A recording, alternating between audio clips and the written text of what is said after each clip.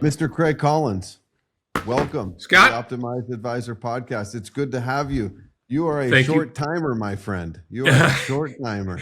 It is so good to be with you, partner. Thank you for inviting me, and I'm honored to be here with you and be a part of this. And I'd be remiss if I didn't, once again, to you and the OIP family, say how proud we are that you are a part of the LIMRA organization. And we're thrilled to have you. And I hope that we're delivering all the resources and the tools that you all were looking for. And so thank you and welcome again to the world of to being on the LIMRA team. Thank you. We appreciate that. The feeling is mutual. It's been a great journey for both of us so far, and the future is very, very bright. So, how many years did you cut your teeth before you decided to become a consultant? Oh, wow. That's a loaded question. Actually, it's ironic that you ask. 49 years ago this month, I began my journey into the insurance industry. I was thinking about this. LIMRA was kind enough to have a very, very nice retirement ceremony for me, and I was sharing with the folks that were there. 49 years, call it 50 years, 5 days. It's almost a half a century. And so, needless to say, I have seen a lot of things over the last nearly 50 years. And I will tell you that I'm more energized, more excited about what's happening in our industry today than I've ever been. Are there challenges, and do we have some roadblocks along the way? Maybe. But I think the opportunity is bigger and better than it's ever been. And it was a difficult thing. It was a difficult decision. But 49 years, to answer your question. Wow. It's been a great ride. Good for you. Did time fly? Overall, did time really fly? Did you wake up and blink and say, I cannot believe it's been 40 years or 49 years when you got to the end? I mean, it's like so many things, kids and grandkids. And it truly does seem like yesterday. I started out 49 years ago as a young agent. And I spent several years selling. I moved into a couple of home office roles. And in the last several years, I've been on the distribution side of things. And it has been a blur. It's been a magical ride. And having been on the producer side, the home office side, and the distribution side of things, I've had the pleasure of being able to see the industry and the business from many different views. And I think that's what keeps me so excited, is that I'd like to think I still look at through the lens of an advisor or a producer.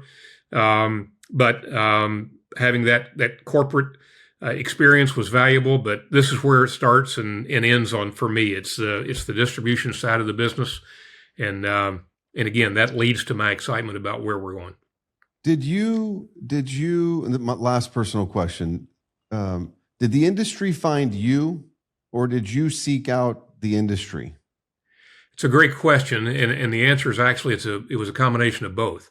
49 years ago, my brother was in the business and said, hey, can you do this? And I said, yeah, I think I can do that. And that got it started. And then through, whether it was luck, whether it was being blessed, whether it was, a combination of a number of factors, there were parts of the industry that I would guess kind of found me as I was trying to find my own way. And then over the last several years, the calling, where I felt like I could provide, some experience to the industry and some of the effects of what I had been through as a producer, as a corporate person. And so it was really a confluence of a combination of all of it. Great question. I guess I found the industry, and then over the course of time, the industry has kind of found me, and it's truly been an amazing journey, to say the least. Yeah, it's a very rewarding and special industry to be in. And I'm always curious as to how one got into the insurance world. And a lot of the times it's either through a very close friend or relative, or somehow the insurance world vortex just found one of us and it just kind of pulled you in. And then 49 years later, you look and you're like, wow. That was how did incredible. all that happen? What a journey. Who would have thought insurance would be so damn exciting? Yeah. Isn't that the truth? I'll share one final thing. And And I've shared this with so many people over the years. I had a very, very, very smart, very wise person many, many years ago say to me, Craig, what you enjoy doing is recreation. What you have to do is work. And if you're blessed to be able to say that they're both one and the same, you're very fortunate. And I can honestly tell you that over the last 49 years, it's never been a day of work. This has always been recreation for me. And I truly do feel very fortunate because I know not everybody feels that way. Not necessarily in the insurance business, but in life in general. And so this has just been it's been a dream come true. It's been an unbelievable journey, and I feel honored and so grateful to be able to have been a part of it for so long. It's very well said. I feel the same way, and I share that story all the time. Never once have I woken up to have the opportunity to do what we do and think that I've got a damn job to do. Yeah. And when I started going through college, I had to put myself through college. So I worked in construction, and it was commercial construction. And I can remember many days where I would sit, put in my bed, put my boots on to head off to the construction job site and think, this is not my calling. I mean, this is not how I want to spend my years. And it was an incredible experience, don't get me wrong, because it taught incredibly hard work ethic. And it really, really instilled in me the ability to do really hard things and do the suck first. And many days, all day, were that. And sometimes I think it takes people to have that experience in life, whatever that is, to get to the other side. All too often, it's easy to call out things that you don't like, but it's hard to, in some cases, identify what it is that I really want in life. It's so much easier to say, these are all the things I hate doing or I don't like doing. Well, going through that process also helps to refine the good stuff. Boy, I love that. I love that. So Did you find the industry or did the industry find you? Oh, no, it found me. And it did suck me in. I was, and we'll move on from this. So I was graduated with a degree in finance. I was working construction, putting myself through college, and thought that I wanted to be a broker at a major wirehouse. It was a terrible experience, actually. The culture was just very, not just competitive, but it was kind of deceitful and secretive, and it was not good. And it was not a good environment in the markets either. It was 2001 too. And so it was just a terrible environment, and people were losing a lot of their wealth because of the tech bust. But a friend of mine who was in construction said, my brother does what you do, and he actually his office is right across the street. Why don't you go talk to him? Well, he didn't do anything directly with financial services. He owned a small independent IMO that predominantly specialized in index annuities, but I'd never heard the term all the way through finance. And I was like, oh my gosh, you mean, and it's a perfect segue actually into the topic of today. You mean there's a product or a solution that retirees can deploy their money into, and there's no loss if the market goes down, but yet they can participate in the S&P if it goes up? And it was just like this aha moment, enlightening as a college graduate and wanting to be in finance, and the markets were falling apart. And so it found me, and I never looked back. I never looked back. I love it. I love it, brother. That's it's been a hell of a ride. We need more of that. Truth be told, we need more of that. And here we are, the topic of today, which is the annuity industry update. Thank you for taking the time to be here with us today to talk a little bit about this. Of course, you shared this research and this data with us that we felt was just so timely and pertinent as it relates to the industry we sit in today with the annuity world and the landscape of interest rates and the markets at large and all of that. And so I asked you to come on to the podcast with us to share some of that with our advisors, to just unpack some of this important data that you've discovered through LIBRA and LIMRA. And so without further ado, let's kind of get into it. What are you seeing? Well, if you don't mind, you mind if I share some slides here? Please do. Absolutely. Libra's 2026 annuity update. Let's dive into some of this. Yeah, well, I mean, I think any conversation about annuities today, it's helpful to kind of take a step back and take a look. And as you mentioned, a lot of this data comes from LIMRA, but it's a busy slide. But at the end of the day, the thing that I think most people would have an interest in is that the annuity business is very healthy.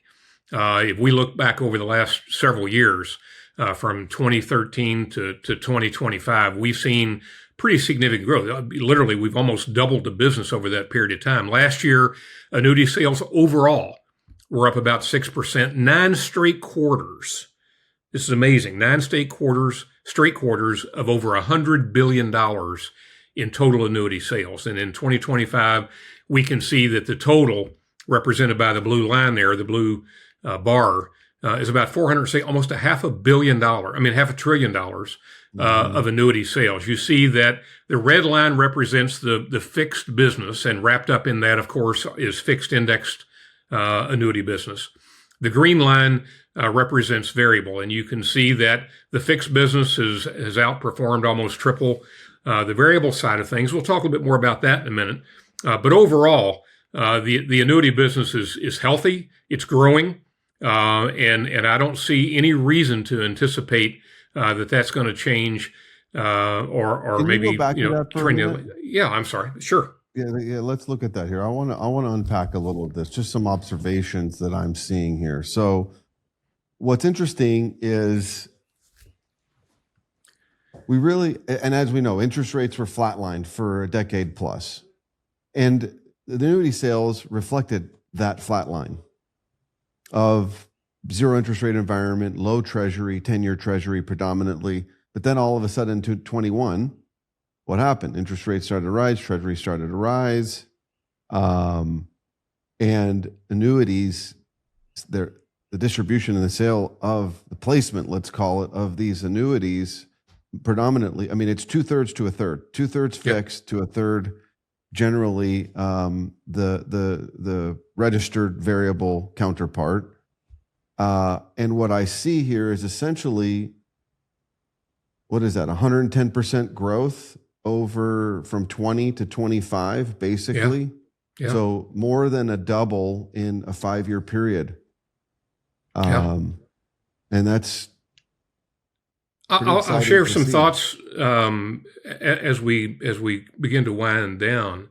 But I think, Scott, that's representative of a number of things. And I think one is consumer awareness, and two, by advisor adopted.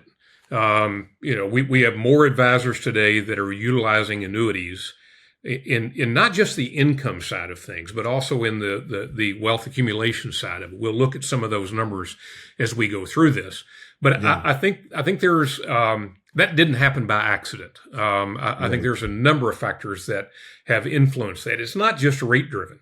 I think the role that annuities is playing in the overall financial planning process and wealth accumulation process and retirement planning process is looked at very differently today than it was 5 years ago, certainly 10 years ago. So I think there's a number of factors that are driving that growth. No doubt the economic environment has helped, but I think it goes much, much deeper than that. Right. No, those are all good points. You mentioned accessibility, client awareness, advisor awareness. I think it's both parts. Certainly the interest rate environment has helped. Market volatility and technology have all played a part in what we're seeing on this slide. Okay, let's move on. No doubt. Well, you can look at the overall growth and you can say, well, we were up 6%, $460 billion of annuity sales. But I think you have to look behind the curtain a little bit and take a deeper dive into where that business is coming from. The MYGA business, just continues to be a big part of our business. MYGA sales were up, according to LIMRA, were up 12% last year. Fixed index sales, there was an interesting kind of flattening of fixed index sales in the second, third quarter. But at the end of the year, we saw a nice rebound and growth of about 8%. The SPIA-DIA story, the income annuities were about the same, 3% increase in SPIA and 3% in DIA. The one that I'd like to talk a little bit about that has garnered a lot of attention is in the RILA space. And, 10 years ago, RILA was a futuristic kind of thing, but yet RILA business today is growing at a faster pace than any other annuity product. Now, it came from a very small, humble beginnings, but today the RILA business is growing faster than any other segment of the business. I'll talk a little bit more about that in a second. And then, of course, the variable side of things is growing at about a 7% clip. And you saw from that previous slide that variable sales have been relatively flat. But when you look at that in combination, and you look at the RILA sales, the blue bar, the blue part of the bar, you'll see that there has been a pretty constant growth in that RILA business going back to 2020. This is back quarter. In the first quarter of 2020, just 5 years ago, we were doing less than about $5 billion of annuity sales, and that has now grown to over $21 billion in a quarter. And when you look at that reflects about a 7% compounded growth rate over that same period of time. You can see the variable business. There were some pretty significant years back in the early 2021, 22 phase, kind of bottomed out and then started to grow again. So when you look at them combined, RILA and VUL represent about $144 billion of that $460 billion that we saw last year. It is a growing piece of our business. Now, we've got two choices. We can choose to ignore it, or we can figure out how we capitalize on that and how we utilize that and work with our clients. So RILA and variable make up about 30% of the total.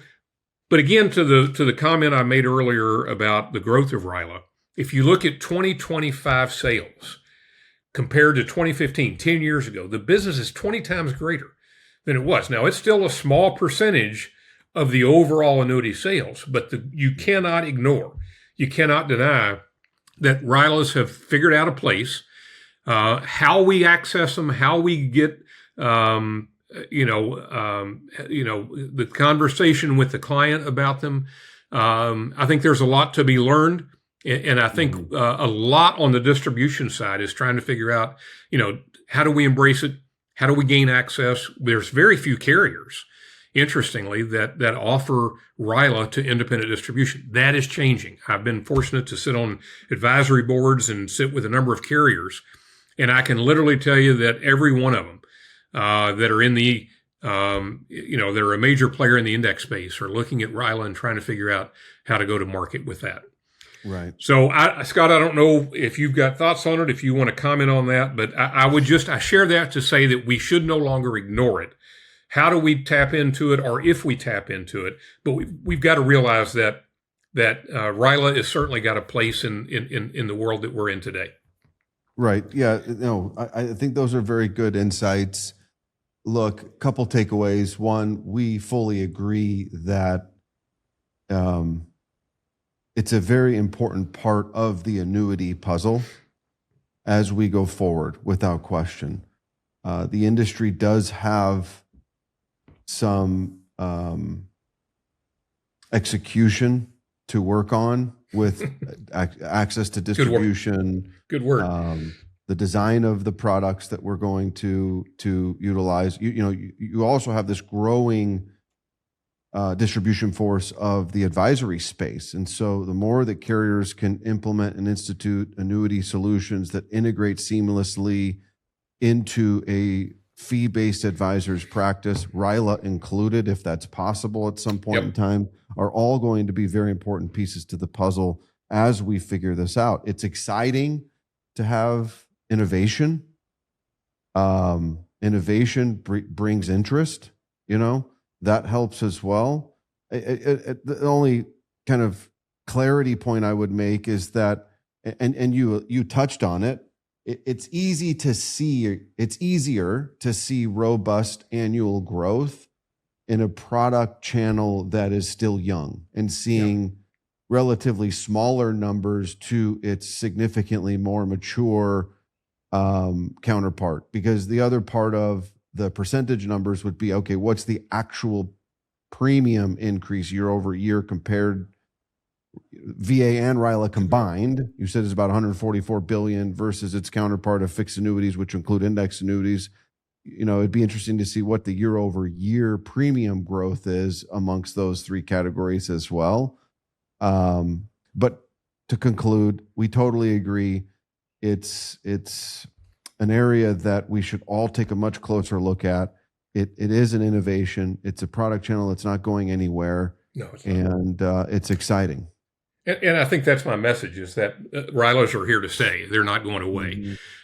How they interact with and play in the variable space, in the advisor space, I think there's a lot that's still going to happen.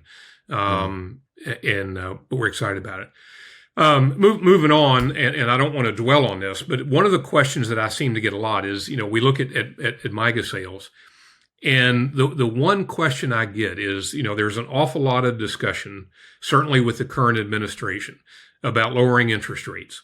And, Craig, what is the impact that the Feds and Fed rates are going to have on the future fixed interest rate annuity business?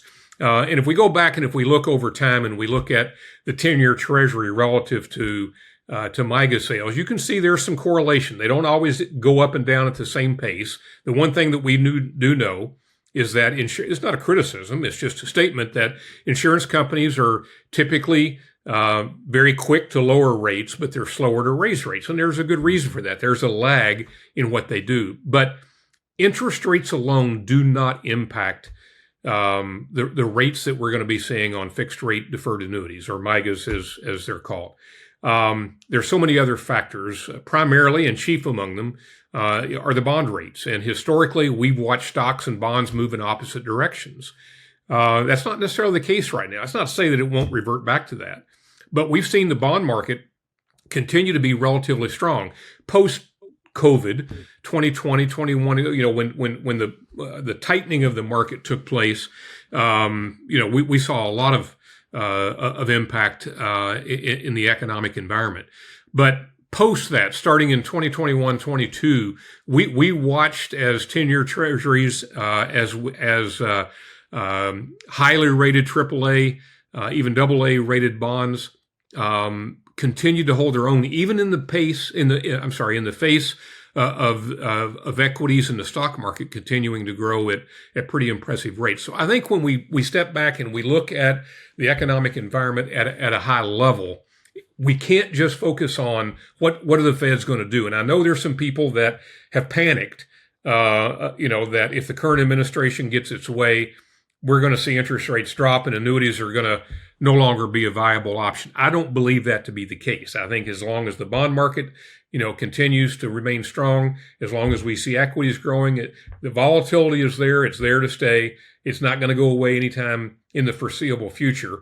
And as long as we don't see just an overnight dramatic drop in the 10-year Treasury, I think we're going to see rates continue to hover around where they are today. Yeah, and as of today, the 10-year Treasury sits just under 4.3. So yeah, it's pretty consistent. Yeah, it has been. This is just you were talking about sales of fixed indexed, and we look at the prior slide of MYGA sales, but you can see that, year after year after year, this is actually through the end of the third quarter. Fourth quarter sales were even more robust. Through the end of the third quarter, I referenced earlier, sales were actually down, and then we saw a pretty dramatic increase in business that went from being only slightly up or down rather to being up pretty dramatically at the end of the year. So if you look at that and you don't just isolate any one given quarter, but you look at the overall the growth of the fixed index business through all the economic cycles that we've seen, fixed index annuities, par rates have come up and down. Cap rates have gone up and gone down. But what's the one thing that we see? And we'll talk in a few moments about what's really driving that. And I don't think it's just in caps and pars and in interest rates. I think there's a story behind the fixed indexed annuity marketplace that needs to be told. And for the people that truly understand it, I think that's what's ultimately driving a lot of their business. So let me move on quickly. Let's talk about who's distributing, who's selling all of these annuity products. Well, this is a really busy slide. I don't expect everybody to memorize this, but for data. there's a lot behind this, but there's a few things that I like to point out that I think they're important. If we take VA, the variable space, and we take RILA, and we just set it aside for just a few minutes, it's a growing piece. We can't ignore it, as I've already said. But let's separate that. This is great. Fixed annuity. Let's look at this is fixed annuities. This is the fixed annuity world. And if we take a look at what's being sold today, regardless of where the business is coming from, almost 95% in the fixed world is coming out of fixed rate deferred, or MIGA, in the fixed indexed annuities. Granted, the income piece of it makes up a small portion of it, but the vast majority of the business is written in the MIGA space and in the FIA space.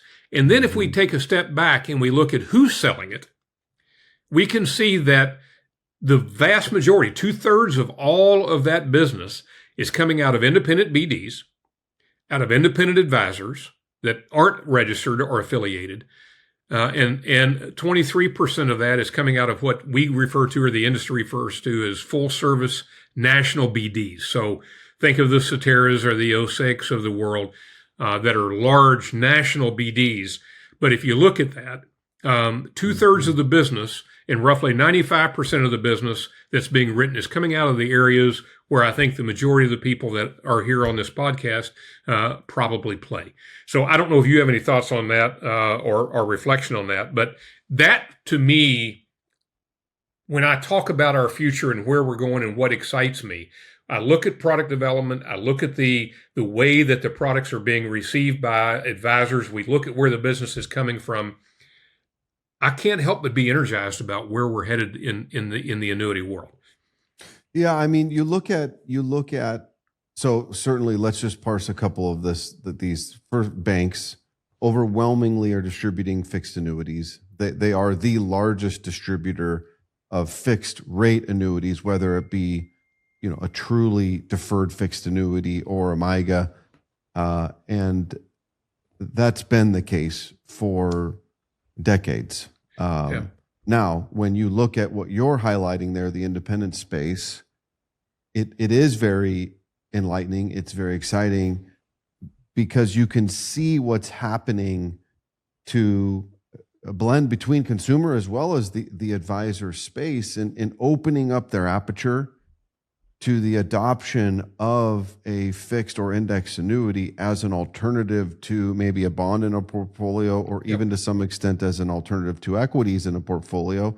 For those that are aging, for those that are risk averse, they want to be risk off.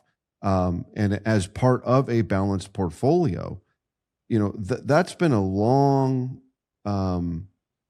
headwind that we've been up against. And I think part of that is also that the industry, the insurance companies and the industry at large, has also progressed from a technology standpoint in product architecture.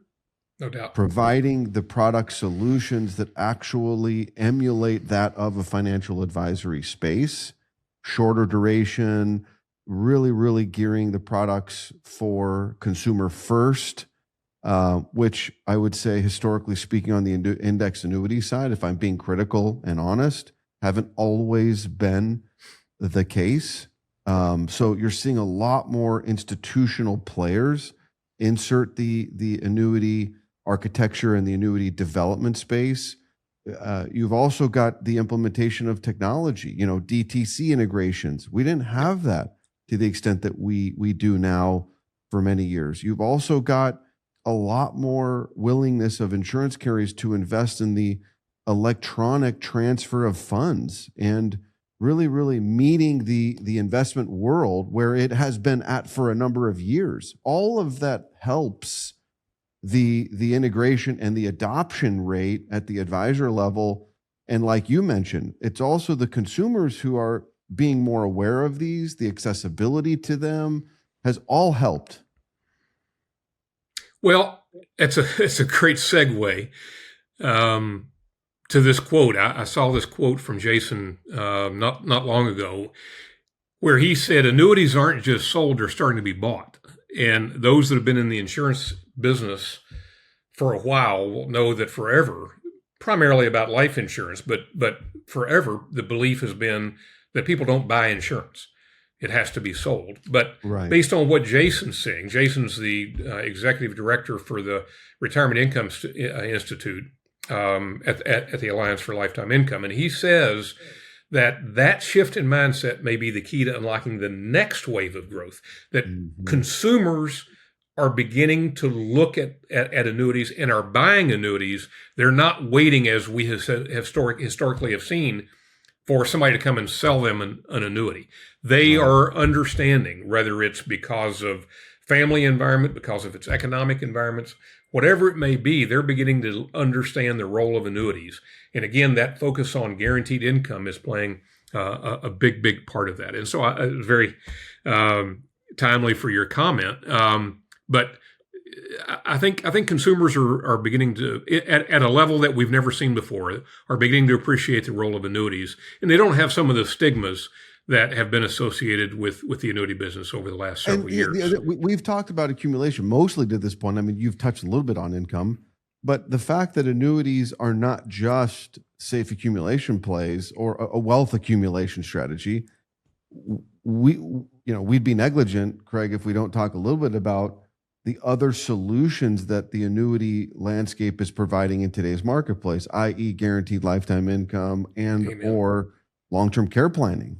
Yep. You know, these are continuing their growth and their implementation within an overall financial and insurance plan. Yeah, we're seeing more and more companies. I wouldn't call it a proliferation, but we're seeing more and more companies that are offering linked benefit type annuities, not just life products anymore. There have been a few Correct. carriers that have had them out there for a while, but we're seeing more and more that are starting to understand the role of annuities in that long-term care or that hybrid or linked benefit space as well. Let me comment on this. I'm just a big believer that we don't go out and just sell a product. Candidly, I think what's more important is how do we frame what it is that annuities do for our clients? You just touched on it. And I think it's so really, really important. They don't buy just products. They buy what those products can do. And they buy the outcomes. And these are just a few of the examples. You hit a few that are not in here, but locking in yields, tax deferral, guaranteed income, as you talked about, protecting growth, the old story, today it's kind of taboo to talk about it, but the zero is your hero kind of story where, you can get some upside participation and growth without some of the risk. And so for the risk averse individual, it has a whole different meaning than it used to. Market participation without loss. So I'm also just a big believer that for advisors that are out there today, your product is not your product. And by that, I simply mean you are your product. And clients are buying the advice and the service and the support that an advisor provides them. It's not a product. They can get product from anybody. At the end of the day, you are not, your product is not your product, but you instead are your product. And I think being able to shine a light and be able to demonstrate the value that an advisor or that someone that is working with a client has the ability to deliver for them, that is more important than all of these rates that we talk about, caps, pars, all of that. Do they factor in? Certainly. But that's not what people are buying. They're buying how you frame the product and the solutions to their needs that you deliver. That to me is the most important thing. And I think we lose sight of that sometimes. We get so ingrained in the product features that we lose sight of the fact of what it is that we're trying to accomplish. Absolutely. And that's not done with AI. Yeah, it can aid, but at the end of the day, it's the client-facing advisor that brings that value add to that relationship that gives them the confidence that, yes, this is what I need to help me solve or partially solve at least some economic or financial problem that I've got. That's exactly right. Very well said. So, kind of in conclusion, or to wrap this thing up, as I look forward, I mentioned at the very beginning that I'm bullish. I'm very optimistic about where the industry is headed and where we're going. But I think there's some things that we've got to think through and that we've got to consider. I think, certainly given the recent events, the unknown results of the war with Iran could have an impact, good or bad. If something dramatic happened overnight, it could change the landscape. If it continues to drag out, which hopefully it won't, then maybe we put it behind us and we move forward. But there's also some economic uncertainty. We talked about a little bit of it, and that's things like inflation, things like the Fed rate changes that are anticipated, the overall economic outlook. Where's the market in general headed? We've already talked about bonds, and we've talked about equities, and we've talked about you can't ignore all that as you think about the annuity business because it's so closely tied to the economic environment that we're in at the time. And so I think we have to keep an eye on that. I don't think that alone is going to drive annuity sales one way or the other, but it certainly has an impact. We've talked about this, but products that continue to offer protected growth are going to be in high demand. I use the phrase all the time about the pig through the python. But as we look at the population and the number of people every day that are reaching age 65 and that are retiring, that cannot and will not accept market losses anymore, and the ability to create that protected growth, the ability to gain some upside, which everybody's interested in, but at what cost? Are they willing to trade off some losses? And not all of them, but many of them that fit into that demographic category will tell you that they're more concerned about protecting what they've accumulated than some, going out and shooting for pie in the sky returns that are out there. Similarly, and you touched on it, is the demand for guaranteed income. There's so many studies that are done that talk about the number one thing that people, when they enter retirement, the number one thing they look for is guaranteed income. And unfortunately, we don't see guaranteed pension plans that we saw from generations ago. And so the role that annuities can play in providing guaranteed income, frankly, I think are going to continue to become even more valuable as people look for providing, I know it's a phrase we don't use, but the private pension kind of mindset that what can I do to provide that lifetime income to take things, take some of the risk off the table. We frequently hear today that some of the exotic indices that became very popular, that popped up over the last 3, 4, 5 years, are less popular now than they were, say, a year or maybe 2 years ago. Mm-hmm. I hear from advisors all the time, Craig, I'm tired of explaining why the S&P went up 15%, but my client only got 4% in their annuity. And so some of these exotic indices, while I think the story behind them was really great, at the end of the day, they may not have delivered. And advisors are starting to back away from it and say, wait a minute, that's not where we want to go with this. That's not what we've bargained for. And it's kind of a back to basics that seems like that's taking place right now. And there's a lot of people that are going back, to the old S&P and some of the less exotic type of indices that are out there. We also frequently hear, you talked about the impact of technology, of AI, in the ability for a consumer to go out and to buy an annuity product. Process is becoming the new product. What do we mean by that? The ability to go out and apply and be able to have a product literally delivered in not just hours, but we're even seeing, in some cases, minutes. That fits the advisor mindset, and it certainly fits in to the consumer mindset as well. So process is becoming the new product, way above and beyond just rate alone, or cap or participation rate. The ability for people to purchase and acquire the products is taking priority over a lot of the features. Mm-hmm. We believe consumers are going to continue to look for annuity type investments that keep pace with inflation. Certainly as you near retirement or you get into retirement, keeping pace with inflation is critical. I think we're in a pretty good spot regulatorily. There's some things that could be threats out there. We never want to take our eye off the ball. But based upon what we hear from Fonseca and the lobbyists that are out there, we always feel like we're under threat. But it's not quite the rocky road that we've experienced over the last few years. So I think we're in a decent place from a regulatory place. But there are some things on the horizon that we have to keep our eye out.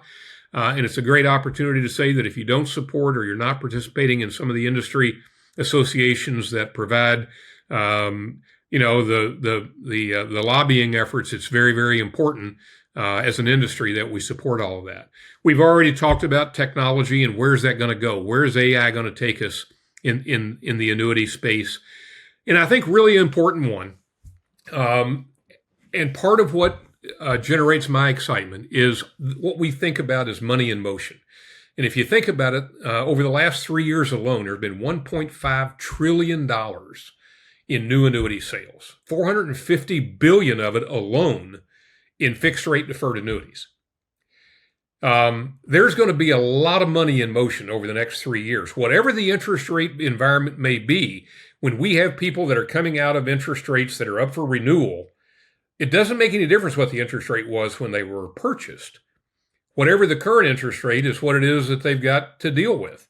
And so that money is going to move one way or the other, and there's going to be a lot of that that's up to the people that go out and work with the clients. I'm not suggesting that replacement needs to be the primary source of new business, but if we've got 1.5 trillion just in the last 3 years, imagine over the next 3 to 5 years, something's got to happen to that money.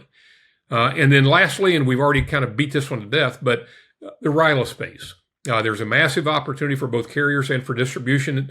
What's going to happen with that, and where is it going to go? So, kind of to wrap it up in the words for those that may remember Paul Harvey, and now you know the rest of the story. Why am I excited? I think for the reasons that we've talked about. I think the future is bright. I think there are great opportunities, and I'm encouraged about what we're seeing, and we're very, very excited about it. So, Scott, I know we're probably near the end of time, but let me just say thank you for having me and letting me able to be a part of this. What other comments or thoughts or questions do you have?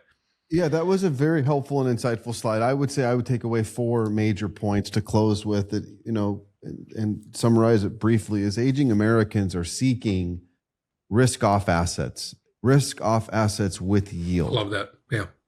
The ability to supplement income in retirement, i.e. longevity risk, is a significant interest and demand that consumers are wanting advisors provide that annuities can solve.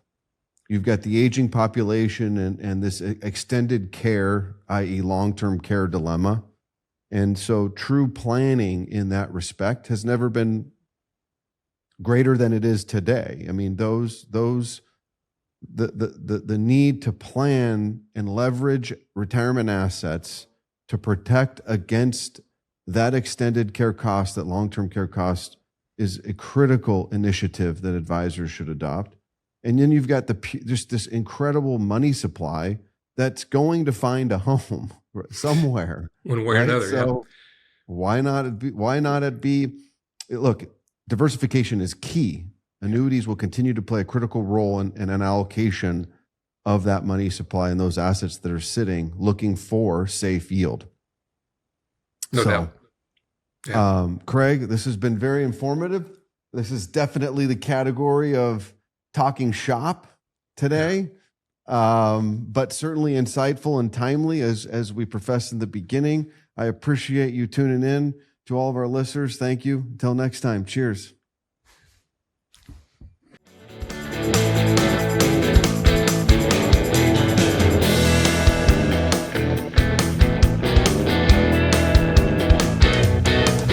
Optimized Advisor podcast is intended for financial professionals only. The content discussed is for informational and educational purposes and should not be construed as financial, investment, legal, or tax advice. Listeners should consult their own professional advisors before implementing any strategies discussed. Views expressed are those of the hosts and guests and do not necessarily reflect the views of Optimized Insurance Planning or its affiliates.